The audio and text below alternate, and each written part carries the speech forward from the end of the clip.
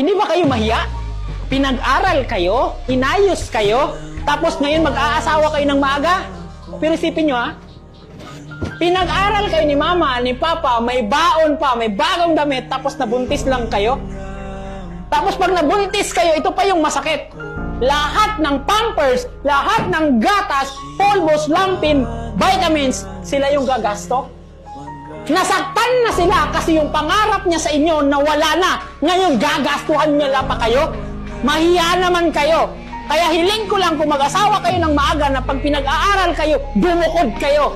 Kasi hindi kasalanan ng nanay at tatay nyo na mag-asawa kayo ng maaga.